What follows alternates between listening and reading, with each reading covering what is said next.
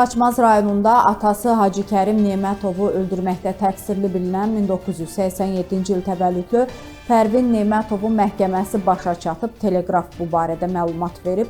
Qətl hadisəsi 14 may 2022-ci ildə saat 15 radələrində Xaçmaz rayonu Niyazoba kəndində baş verib. Pərvin Nemətov fərdi yaşayış evində süfrə başında ailə üzvləri ilə birlikdə nahar edərkən əvvəllər mütəmadi olaraq onun danlaması, ona və ailə üzvlərinə qarşı kobud rəftar etməsinə görə aralarında ədavətli şəxsi münasibətləri olan atası Hacı Kərim onun arvadına aqressiv şəkildə cavab verməsi səbəbindən aralarında yaranmış mübahisə zamanı atasının onun ünvanına nalayiq ifadələr işlətməsinə görə qisas niyyəti ilə onu öldürmək qərarına gəldiyini deyib. Bu məqsədlə ayağa duran oğul masanın üzərindən mətbəx bıçağını götürüb və divanda oturmuş atasına zərbələr endirməyə başlayıb.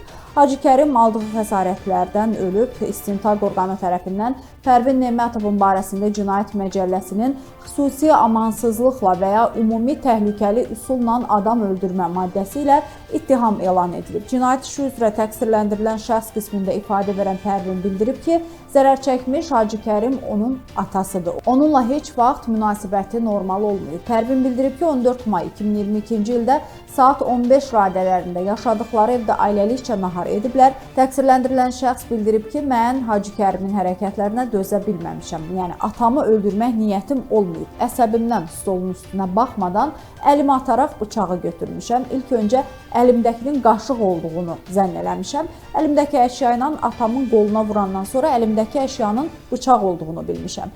Mənim anama və ya atama əzab, işgəncə vermə niyyətim olmayıb deyib. Pərvin Nemətov 10 il 6 ay müddətinə azadlıqdan məhrum edilib, onun cəzasını ciddi rejimli cəza çəkmə müəssisəsində çəkməsi müəyyən edilib.